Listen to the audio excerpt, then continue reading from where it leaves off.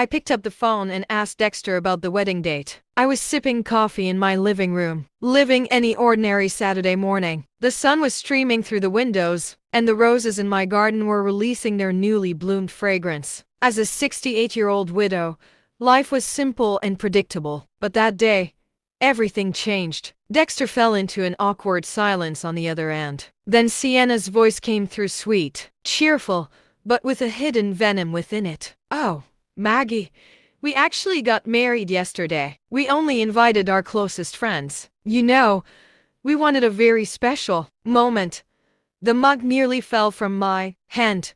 Closest, special, as those words echoed in my head. All the memories of the last 2.5 years flashed before my eyes. They only invited their closest friends, so I wasn't one of them. At that moment, my heart ached, and I thought about the past a lot. But there was nothing I could do. What was done was done. Dexter and Sienna had gotten engaged 3 years earlier. A young couple, full of dreams but struggling financially. Dexter, an engineer, had started working at a new company, and his salary wasn't yet sufficient. Sienna, she was a freelance graphic designer, her income erratic. As a retired teacher, I had a modest but stable pension and the savings my late husband, Gerald, left me. I wanted to see my son happy and be there for him as he built his new life. His first request was modest. "Mom, we're struggling to pay the rent this month. Can you help with a few $100s?" I said. "Sure."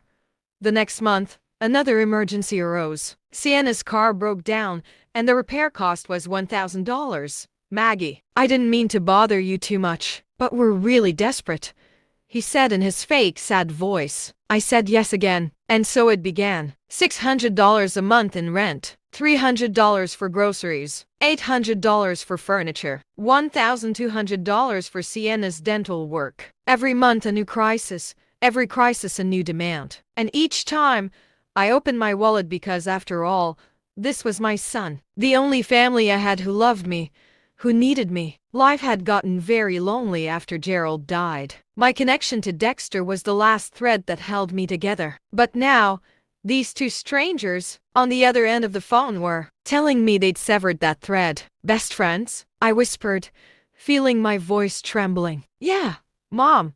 You know, just Sienna's family, 2 witnesses and us. We wanted something very minimalist," Dexter said, his voice void of remorse. "Minimalist." I thought about the $4,500 I'd set aside for the wedding in the last 6 months. The $1,800 I'd spent on Sienna's dream dress. The $900 she'd said was just for the photographer.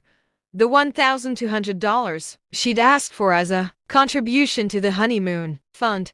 Had they spent $4,500 on a minimalist wedding? Or had that money gone somewhere else? "I understand," I said coolly. "Congratulations."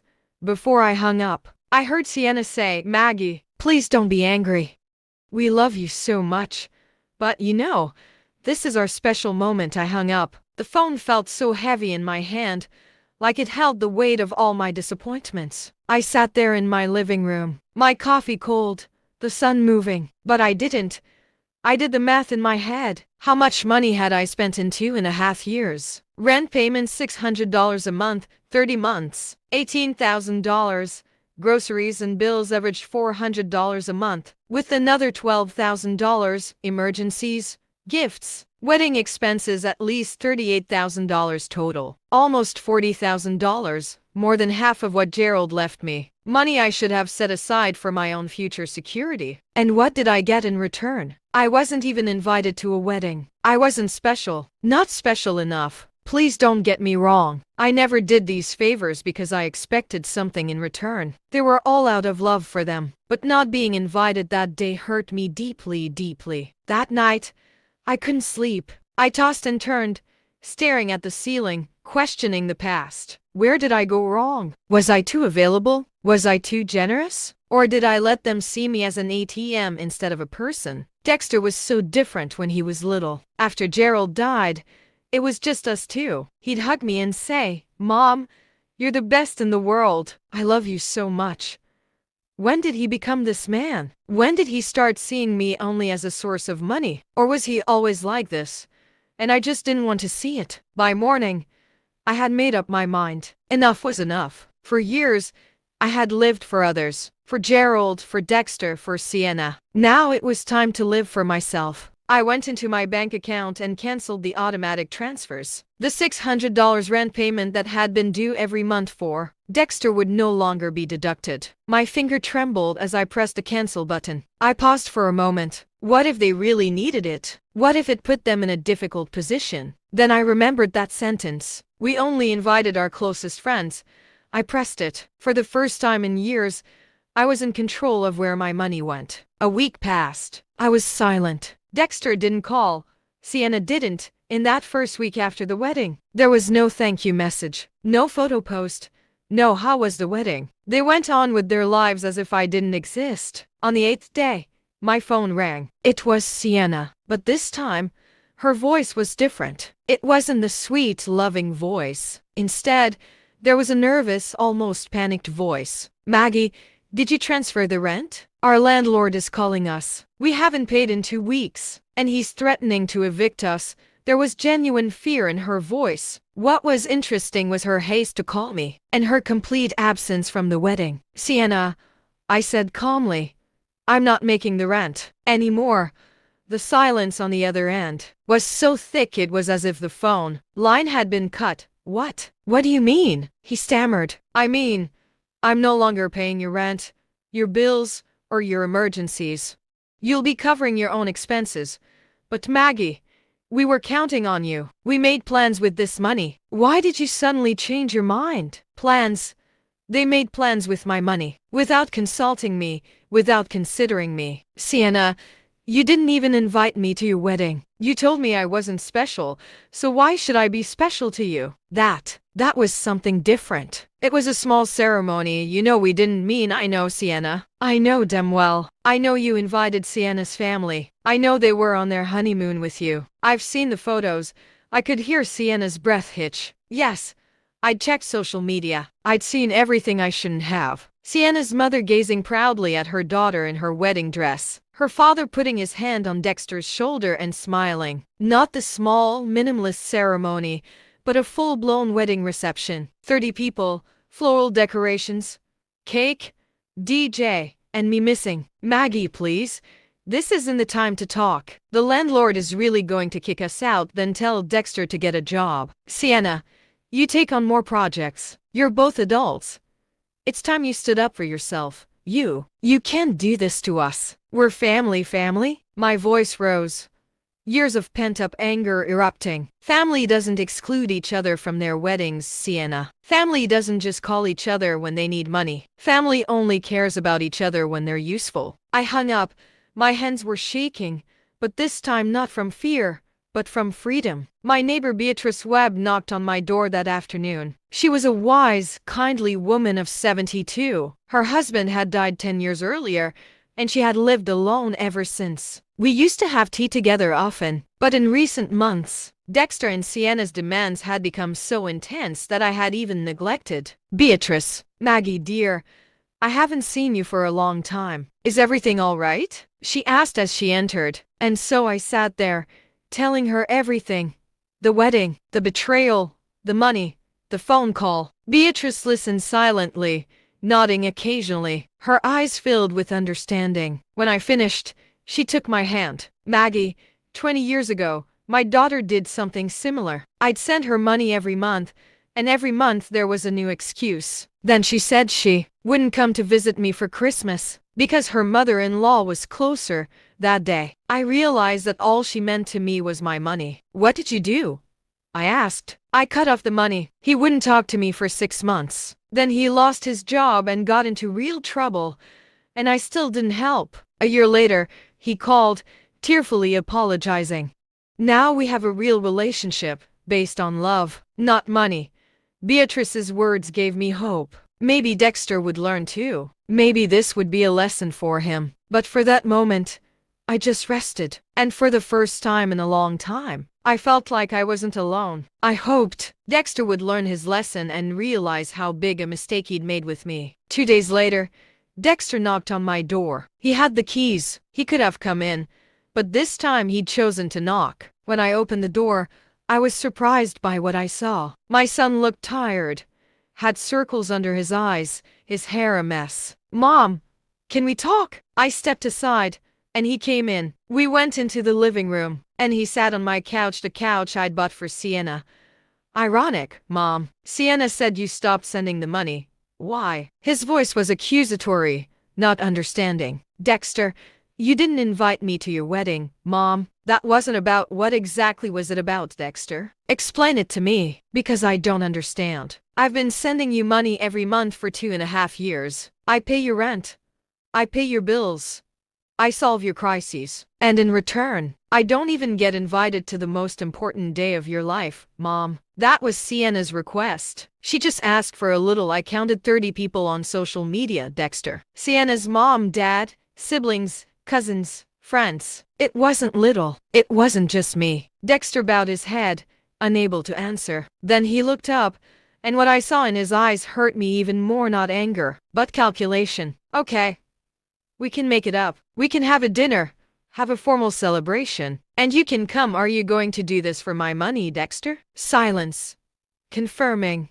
Deafening silence. "Let me ask you something," I said, standing. "Tell me about a time in the last 6 months when you didn't ask for money. A time when you called just to chat, to ask how I was, to take an interest in my life." Dexter thought, and he couldn't say anything, because there was no such moment. "Get out of my house, Dexter," I said quietly. "But Mom, get out. And don't ever come asking for money again. Don't ever try to send Sienna away and manipulate me again. You're both adults. Live your own lives now, Mom. Is this what you want to do to our children, your grandchildren? Do you want us to raise them in poverty?" This last attempt at manipulation was so obvious I almost laughed. "Dexter, if you can't afford to have kids, don't have them. It's not my responsibility. It's yours."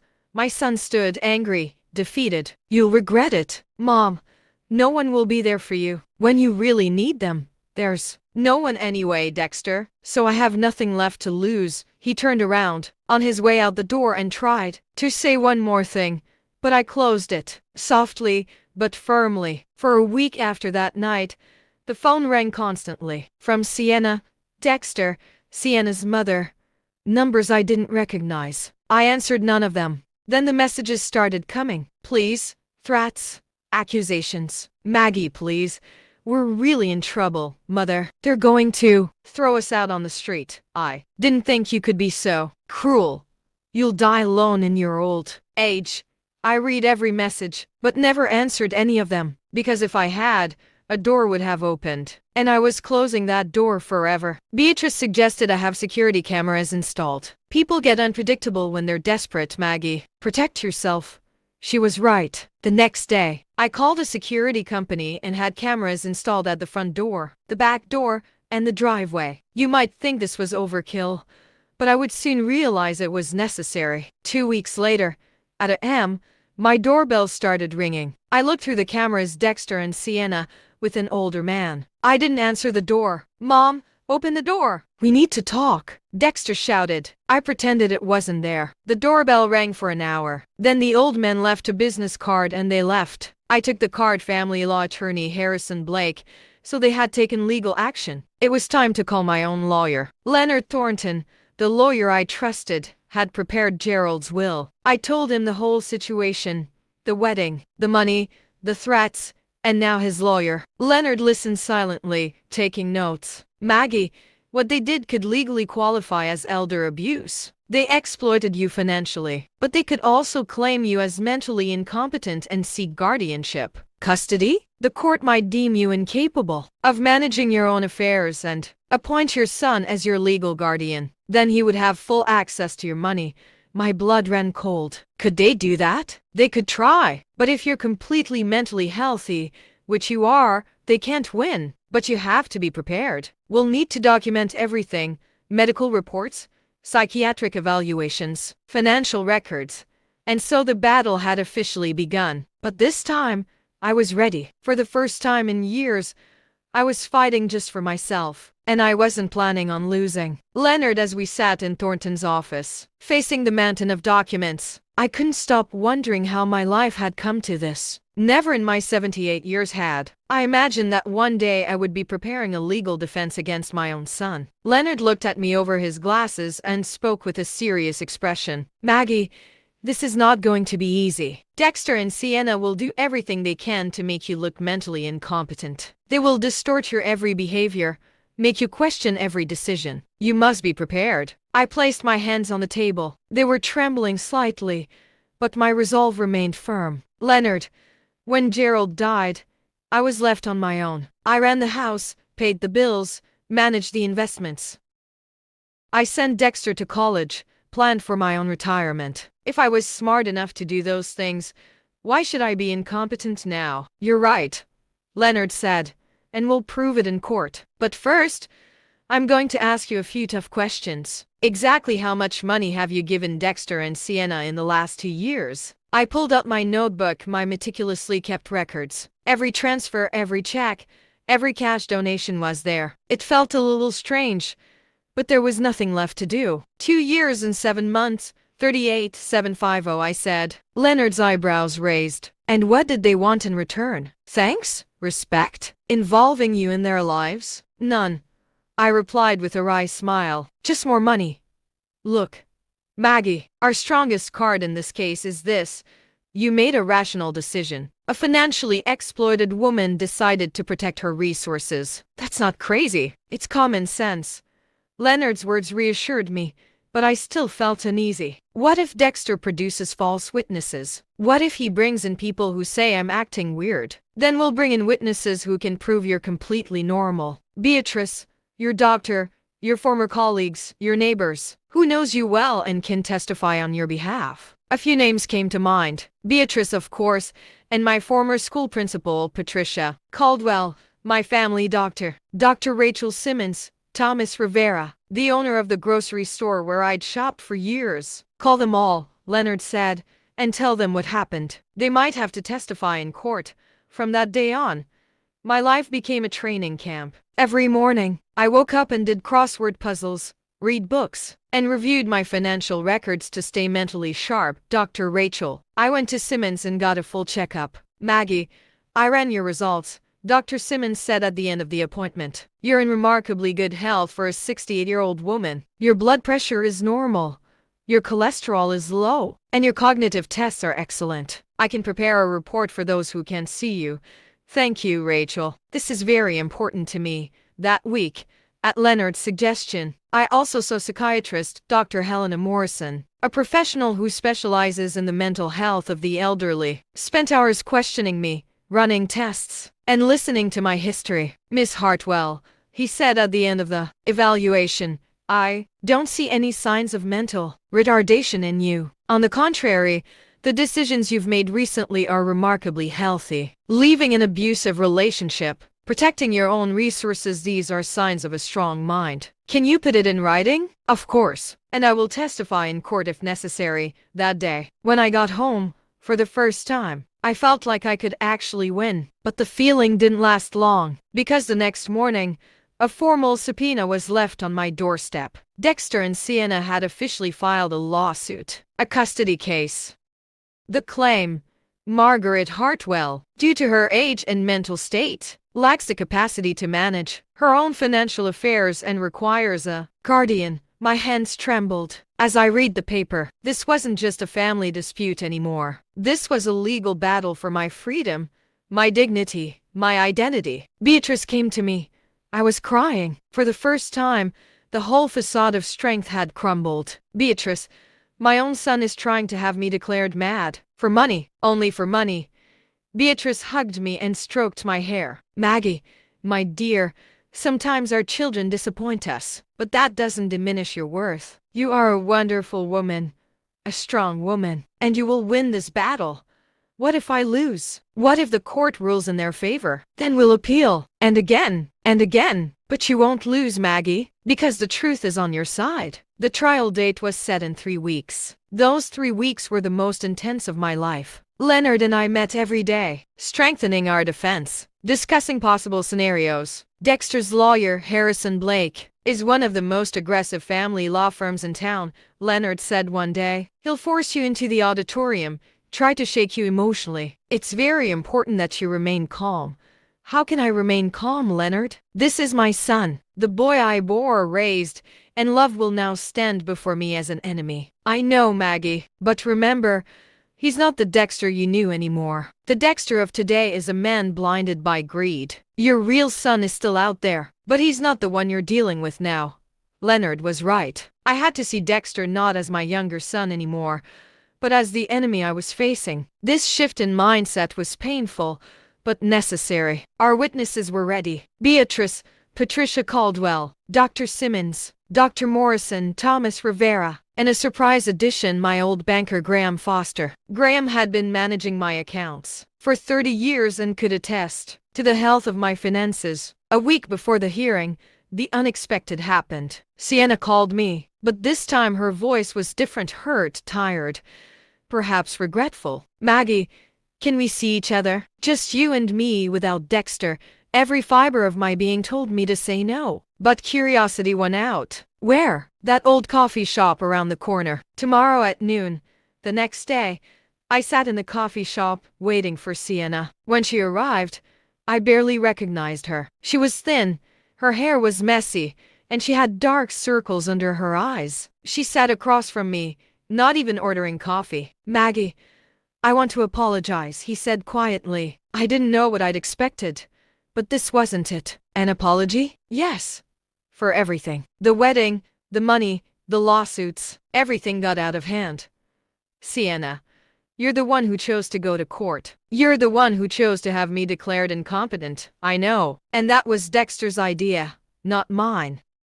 But you signed those papers with him. Sienna bowed her head. I know. And I regret it so much. Dexter was so convincing. He'd say, my mom is getting old. We're doing it for her own good.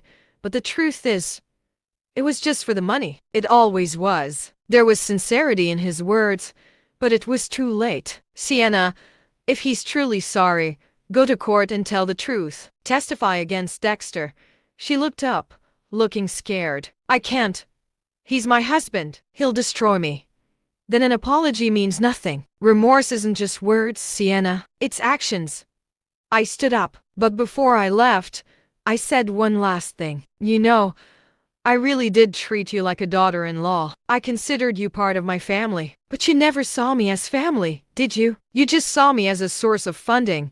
Sienna couldn't answer. Tears were streaming down her cheeks, but I didn't care anymore. Those ships had long since burned. When the hearing day arrived, I was ready. I put on a black suit, tied my hair up, and memorized Leonard's instructions. When I entered the courtroom, I saw Dexter and Sienna on the other side. Dexter didn't even look at me. Sienna's eyes met for a moment, but she quickly looked away. Judge Catherine Willoughby was a stern-looking but fair-minded woman in her 60s. This case is Dexter's. Hartwell and Sienna it concerns. Hartwell's request for guardianship of Margaret Hartwell, he said, opening the files. The plaintiffs claim that Mrs. Hartwell is incapable of managing her own affairs because of age and mental capacity. The defense maintains that Mrs. Hartwell is fully competent, and that this action is brought for financial gain. Harrison Blake stood. He was a poised, sharp-suited man in his 40s. Your Honor,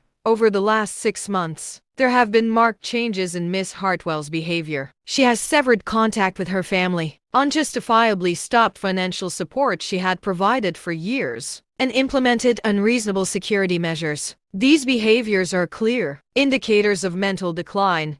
Leonard jumped to his feet. Objection. Your Honor, counsel for the plaintiff is speculating. He has presented no medical evidence. Objection allowed, said Judge Willoughby. Mr. Blake, support your allegations with evidence. Of course, Your Honor. I would like to call my first witness Dexter Hartwell. Dexter was sworn in and took the witness stand. Harrison launched into his questions. Mr. Hartwell, can you describe your relationship with your mother? We were very close, Dexter said. After my father died, it was just us. She was always caring, supportive, generous. And have you noticed a change in recent months? Yes. My mother suddenly became cold. She wouldn't take my calls, refused my help, and cut off financial support without any explanation. It was as if she'd become a different person. Did that worry you? Very much so. I thought maybe she was going through dementia. Maybe she was being manipulated. Leonard stood up when it was his turn. He moved closer to Dexter and looked him straight in the eye. Mr. Hartwell, how much money did your mother receive in the last 2 years? Dexter looked uncomfortable. I don't know the exact amount. 38,750. Isn't that a lot for you? My mother was generous. And we were struggling. Were we struggling? You're an engineer with an annual income of $75,000. Your wife is a freelance designer and earns $40,000 a year. Why are you dependent on your 68-year-old retired mother? Dexter couldn't answer. Mr. Hartwell, how many times have you visited your mother in the last 6 months? Besides your wedding? A few times. Only twice. According to records. You demanded money on both occasions. Is that correct? Silence. Mr. Hartwell, did you invite your mother to your wedding? It was a complicated situation. Yes or no? No, why? Sienna wanted a small ceremony, but according to social media records, there were 30 guests. Sienna's entire family, friends, co-workers. Only your mother wasn't there. Is that correct? Yes, but thank you, Mr. Hartwell. I have no further questions. Dexter's face was red as he stepped down from the witness stand. Leonard had shot him right in the face. Then came Sienna's turn. Her testimony was shorter because Harrison tried to rush through. But Leonard kept asking sharp questions, and Sienna couldn't offer convincing answers. After the lunch break, our witnesses began. Dr. Simmons presented my medical reports. Miss Hartwell is in exceptionally good health. Her mental capacity far exceeds that of her peers. Dr. Morrison presented the psychiatric evaluation. There are no signs of dementia, depression, or impaired judgment. Graham Foster presented me with my financial records. Miss Hartwell manages her accounts flawlessly. Every payment is on time. Every investment is wise. And there are no irregularities. Beatrice gave personal testimony. Maggie has been more vibrant and happier than ever in recent months. Leaving an abusive relationship has been liberating. And finally, I took the witness stand. Harrison Blake approached me, his face aggressive. Mrs. Hartwell, can you explain why you suddenly stopped giving your son the money? Because he didn't invite me to his wedding, I said calmly but firmly. And in that moment, I realized that my value to me was my money. What if this was just a misunderstanding? What if your son is truly worried? Mr. Blake, for 2 years, my son only called me when he wanted money. He never called to say, "How are you, Mom?" He never just dropped by. He never wished me a happy birthday. This wasn't a misunderstanding. It was a pattern. But you've put them in a difficult financial situation. They're adults. Mr. Blake, they're 32 and 29. It's their responsibility to pay their own rent, not mine. What about your paranoid security measures? Cameras changing the locks? Your son and daughter-in-law broke into my home, went through my private documents, filed custody suits against me. I'd call that being cautious, not paranoid. The courtroom laughed. Judge Willoughby hammered. Harrison asked more questions, but none of them rattled me. I was prepared, calm, thinking clearly. At the end of the hearing, Judge Willoughby spoke. I will deliberate for 2 days before making a decision. Both sides will be informed. And so the wait began. The longest 2 days of my life. Beatrice stayed with me, holding my hand, calming me. You will win, Maggie. The judge saw how healthy you are. What if he didn't? What if he believed Dexter? Then we will keep fighting. But believe me, you will win. 2 days later, the phone rang. It was Leonard. Maggie, the verdict is in. We won. I sank to my knees. What? Judge Willoughby denied your custody request entirely. He declared you perfectly mentally competent, and that the suit was for financial gain. He even ordered Dexter and Sienna to pay the court costs. I started to cry. With joy, with relief, with triumph. Leonard, thank you. Thank you. You won, Maggie. You fought and you won. That night, Beatrice and my friends celebrated. A modest, quiet, but meaningful celebration. For my freedom. For my future, for myself. The first week after the court decision passed in strange silence. There was no news from Dexter or Sienna. No apology.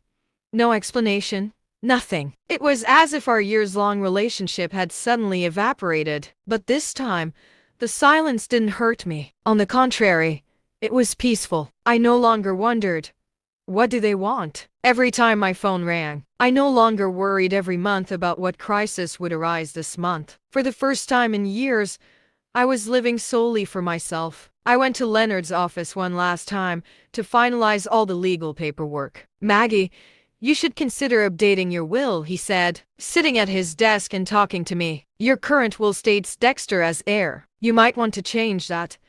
I took a deep breath. This wasn't an easy decision. After all, he was still my son. We were related by blood. But was blood everything? What do you suggest, Leonard? You could leave some to Dexter, but donate the rest to charities or people you trust. That way, you can have a clear conscience and the money will go to those who serve your values. I thought about it. Then I decided I'm leaving Dexter $50,000, the rest to organizations that work to prevent elder abuse, women's shelters, and Beatrice. If he goes before me, that money goes to charity. Are you sure? I'm sure. Dexter wanted the money, and he'll get it. But he won't be able to control me for the rest of my life. Leonard drew up the new will, and I signed it. I felt a strange sense of lightness as I signed that document. Now, even after my death, I wouldn't feed their greed.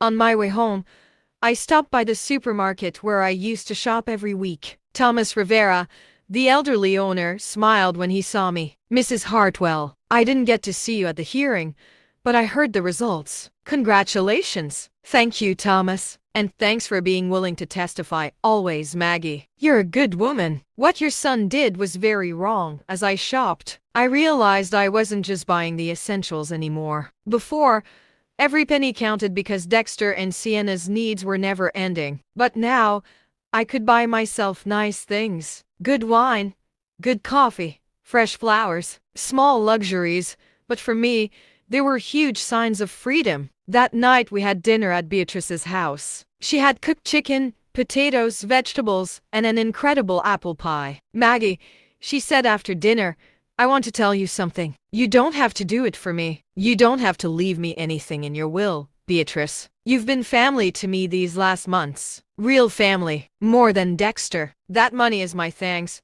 Beatrice's eyes welled up. You were family to me too, Maggie. When my daughter stopped talking to me, you were there for me. Now I'm here for you. That night we looked at old photos together, told stories and laughed. And in that moment, I realized that family wasn't just blood. Family was those who stood by you through the hard times, who accepted you for who you were, who loved you for who you were, not just for what you could give. Weeks turned into months. My life settled into a new routine. In the mornings, I did yoga, yes.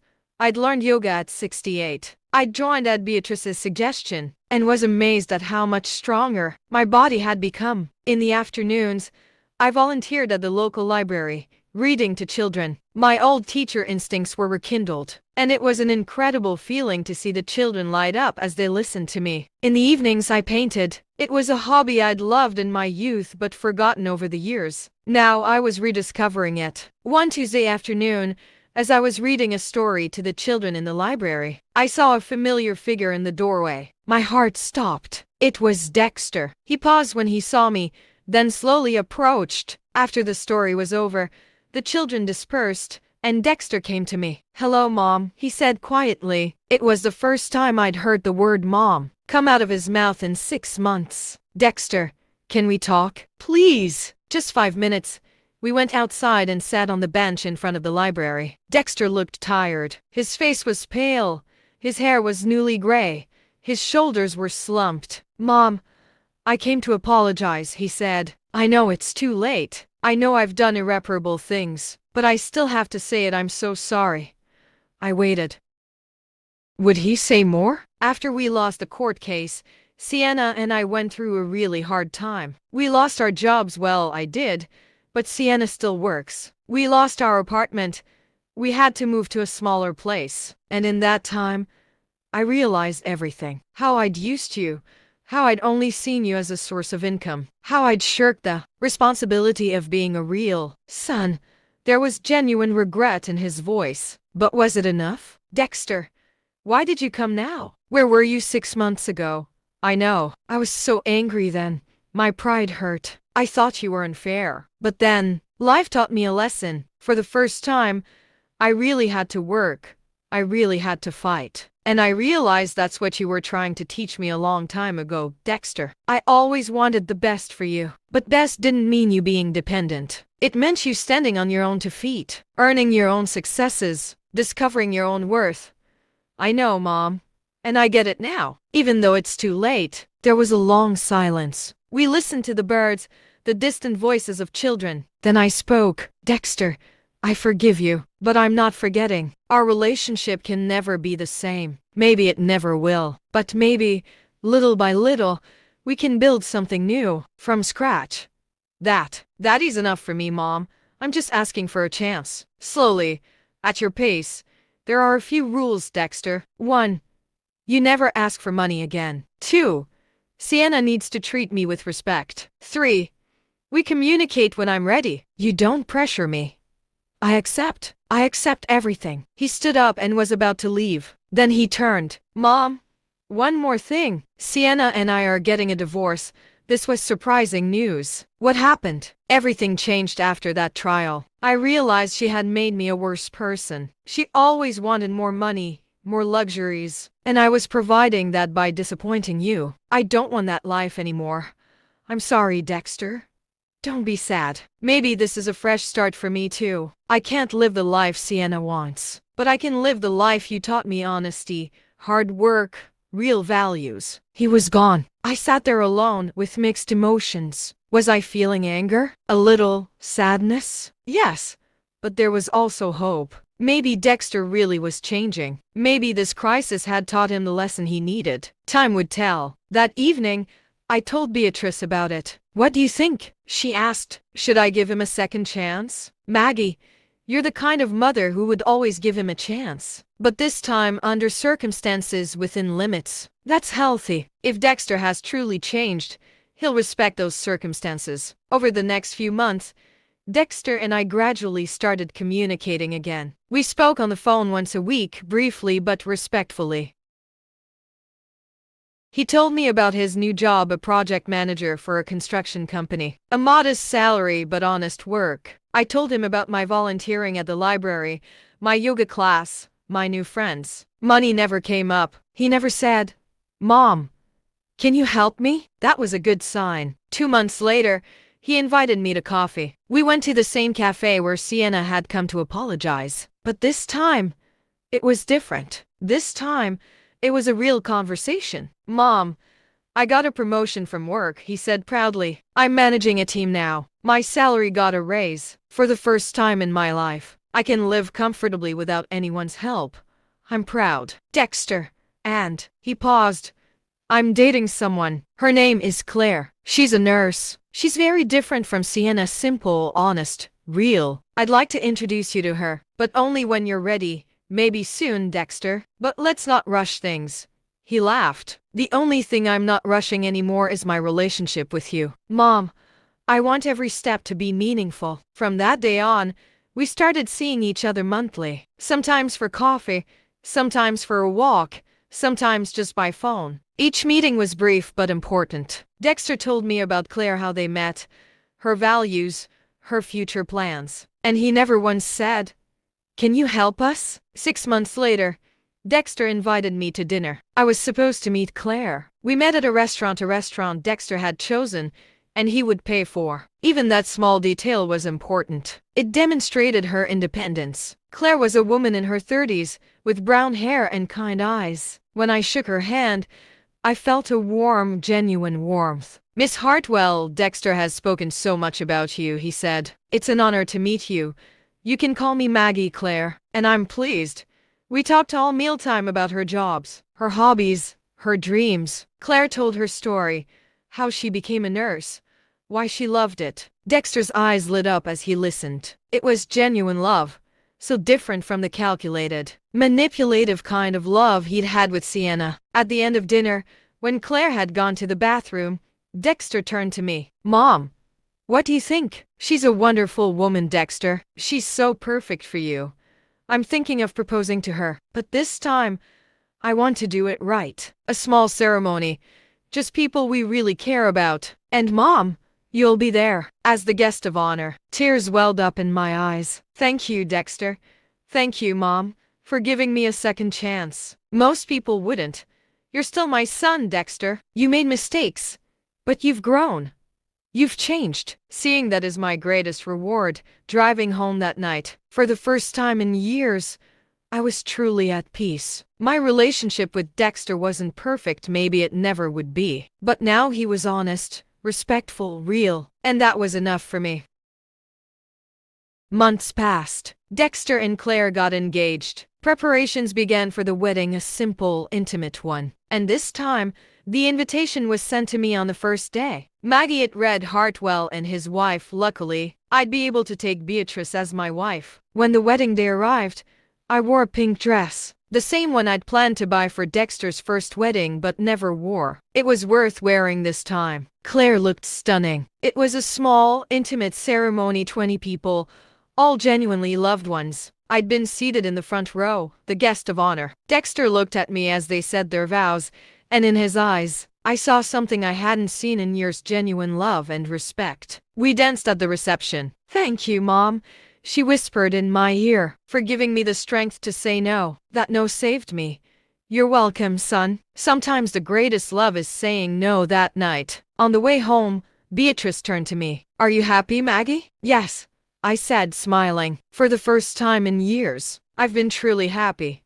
A few months later, I received an unexpected letter. It was from Sienna. Inside was a long apology about how she'd used me, how she'd influenced Dexter badly, how she now regretted it. I read the letter, then put it aside. I didn't write back. Some apologies might have been accepted, but the relationship couldn't be rebuilt. Sienna was, and would remain, my past. When I turned 70, Beatrice threw a big party. Dexter and Claire came. Patricia Caldwell came. Dr. Simmons came. Thomas Rivera came. My yoga friends. The library kids.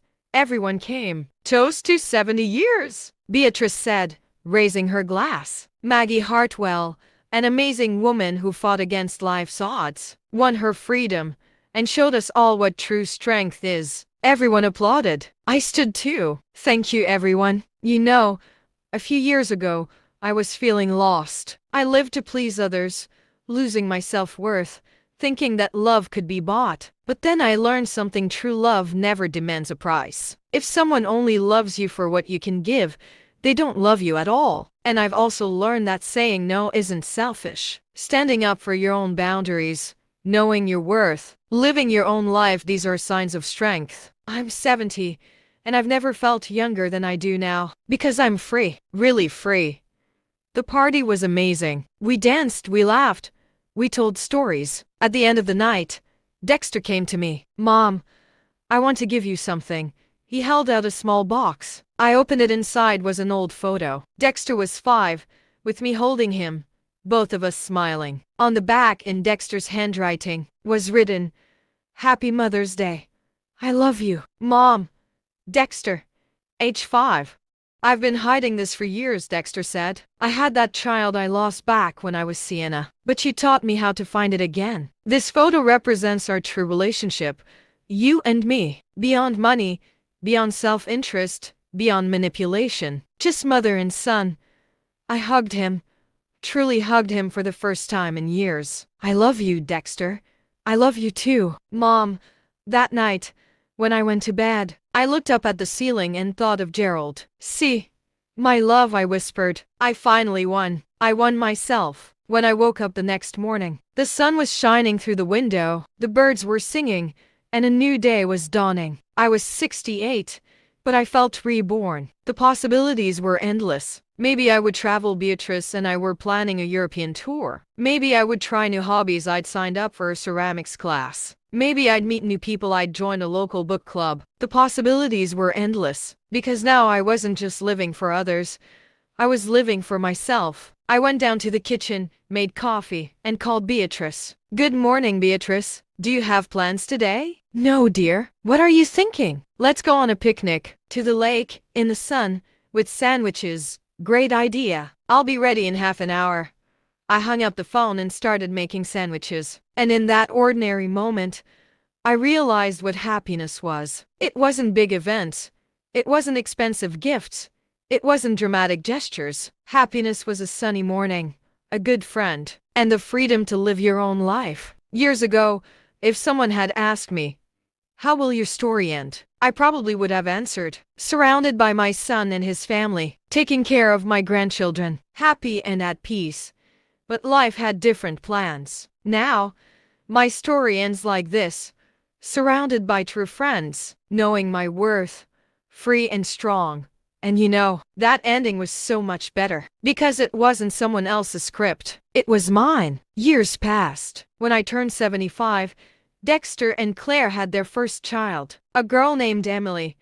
I had my first grandchild. When I went to the hospital, I held little Emily in my arms and looked at that tiny face. And in that moment, Dexter said something to me. "Mom, you will be important in Emily's life, but I will teach her the same things you taught me: independence, responsibility, true values. And I will never, ever allow you to exploit her financially. Because as a grandmother, you will only exist. You will not pay." Thank you, Dexter. That's the nicest thing I've ever heard. Now, I'm 78. Beatrice is 82, still strong, still cheerful. We meet every week, have tea, share memories. Dexter and his family visit twice a month just to see each other, not for money. Emily just turned 3, and she told me, "Granny Maggie," she says, "Claire treats me like a real daughter." Is my life perfect? No. I still have my challenges.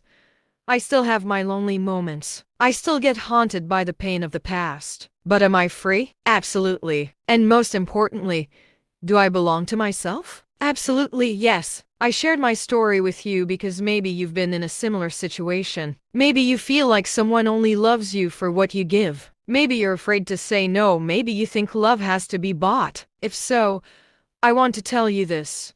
You can say no. You can set boundaries. You can stand up for yourself. And that doesn't make you a bad person. On the contrary, it makes you a strong person. True love never demands payment. If someone only wants you for what you can give, they don't want you at all. They don't love you as a person, with your flaws, your limitations, your free will. They see you only as a tool. And walking away from such people, painful as it may be, will be your healthiest decision. My name is Margaret Hartwell. I am 78 years old. I was once a lost, used, and devalued woman. Now I am a free, powerful woman, in charge of my own life. And if I could do it at 70, you can too. No matter your age, no matter your situation, never give up the right to say no to yourself. Because that no is actually the biggest yes you've ever said to yourself. I hope my story inspires you. If you're in a similar situation, muster up the courage. If you know someone like that,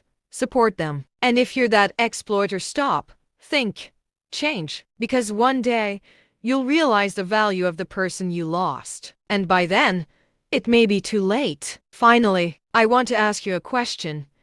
What would you do if you were in this situation? Share it with me in the comments. Because all of our stories matter. All of our voices are valuable. If you like this story, don't forget to like it and subscribe to my channel. Many more life stories await you. Love to you all. See you in the next story. Take care, protect your boundaries, and never, ever forget your worth. Farewell.